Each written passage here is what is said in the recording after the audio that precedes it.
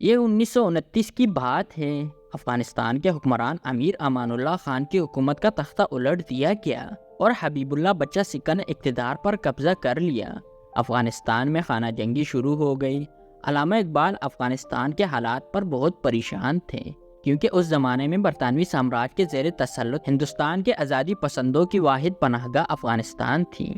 امیر امان اللہ خان کے ایک قریبی ساتھی جنرل نادر خان فرانس میں افغانستان کے سفیر تھے۔ انہوں نے افغانستان کو بچہ سکہ کی لوٹ مار سے بچانے کا فیصلہ کیا اور ہندوستان کے راستے سے واپس لوٹے۔ جب وہ لاہور پہنچے تو علامہ اقبال نے اپنی جمع پونجی ان کی خدمت میں پیش کرتے ہوئے کہا کہ میرے پاس یہ 10,000 روپے ہیں، آپ اسے چندے کے طور پر قبول کریں اور اپنی مزاحمت کو منظم کرنے کے لیے استعمال کریں۔ نادر خان نے علامہ اقبال کا شکریہ ادا کرتے ہوئے کہا کہ فی الحال انہیں اس رقم کی ضرورت نہیں، جب ضرورت پڑی تو یہ رقم منگوا لوں گا۔ نادر خان لاہور سے پشاور اور وہاں سے وزیرستان پہنچے۔ علی خیل کے مقام پر انہوں نے اپنے ساتھیوں کو جمع کیا اور بچہ سکہ کے خلاف مزاحمت شروع کر دی۔ اس دوران نادر خان اور علامہ اقبال کی خفیہ خط و کتابت جاری رہی۔ ایم اے حکیم اللہ بخش یوسفزئی اور عبد المجید سالک اس خفیہ خط و کتابت میں سہولت کاری کرتے تھے۔ آخرکار نادر خان کو کامیابی حاصل ہوئی، انہوں نے کابل فتح کر لیا اور نادر خان سے نادر شاہ بن گئے۔ پھر علامہ اقبال نے نادر شاہ کی دعوت پر افغانستان کا سفر کیا اور کابل میں تحریک آزادی کے عظیم مجاہد حاجی صاحب ترنگزئی سے ملاقات کی، جنہیں برطانوی حکومت نے دہشت گرد قرار دیا ہوا تھا۔ اسی سفر میں علامہ اقبال نے غزنی میں حضرت علی اجویری کے والد عثمان اجویری کا مقبرہ تلاش کیا اور قندھار پہنچ کر احمد شاہ ابدالی کے مقبرے پر فاتح خوانی کی۔ 1933 میں نادر شاہ کو قتل کر دیا گیا تو اس کا بیٹا ظاہر شاہ حکمران بن گیا۔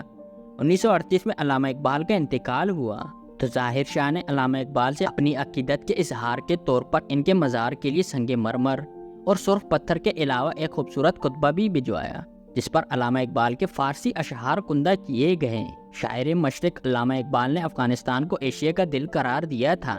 بقول اقبال اگر افغانستان میں فساد ہوگا تو پورے ایشیا میں فساد ہوگا، اور افغانستان میں خوشحالی آئے گی تو پورے ایشیا میں خوشحالی آئے گی۔ افسوس کہ قیام پاکستان کے بعد حکمران اشرافیہ کی لڑائیوں اور چال بازیوں نے افغانستان اور پاکستان کے عوام میں بہت سی غلط فہمیاں پیدا کیں، لیکن دونوں اطراف کے لوگوں کے تاریخی، ثقافتی اور مذہبی رشتے اتنے مضبوط ہیں کہ وقت گزرنے کے ساتھ ساتھ یہ کمزور ہونے کے بجائے مزید مضبوط ہوئے۔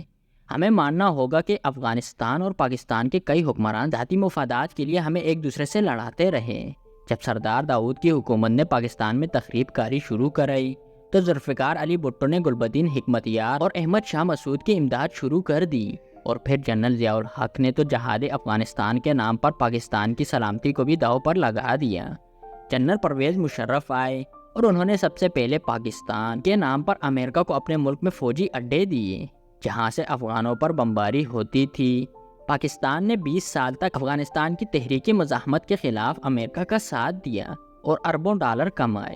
20 سال میں یہ مزاحمت ختم نہ ہو سکی تو جنرل قمر جاوید باجوہ کو ایک انٹرنیشنل پاور پلیئر بننے کا شوق چڑھا۔ موصوف نے جنرل فیض کے ذریعے دوحہ مذاکرات شروع کیے اور پھر امریکہ نے افغان طالبان کے ساتھ ایک معاہدے پر دستخط کر دیے، جس کے تحت امریکہ کو افغانستان سے نکلنا تھا، اور طالبان نے بھی وعدہ کیا کہ وہ طاقت کے ذریعے کابل پر قبضہ کرنے کے بجائے ایک وسیع البنیاد نمائندہ حکومت کو اقتدار سپرد کریں گے۔ بدقسمتی سے دوحہ امن معاہدے پر عمل درآمد نہ ہو سکا۔ افغان طالبان نے طاقت کے زور پر کابل کو فتح کر لیا، اور طالبان کی حکومت قائم ہونے کے بعد پاکستان اور افغانستان کے تعلقات میں کشیدگی بڑھ گئی۔